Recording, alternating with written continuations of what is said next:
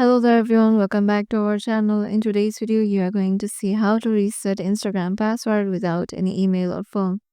So you have to go to your Instagram, your Chrome browser, and go to Instagram's login page, and then go to login section and go to forgot password and go to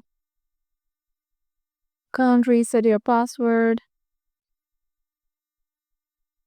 And here it will take you to this help section. Here you have to just give give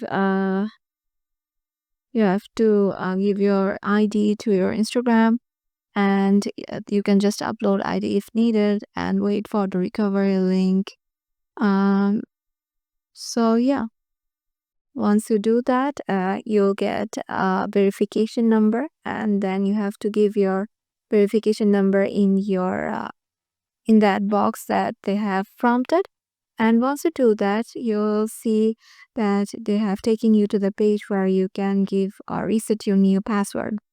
And you can confirm that by writing it again, and your Instagram will set a new password for you again. So yeah, this is how you can easily reset your Instagram password without email or phone. Hope this video helped, and if you got any questions regarding this, make sure to comment down below and let us know if this worked.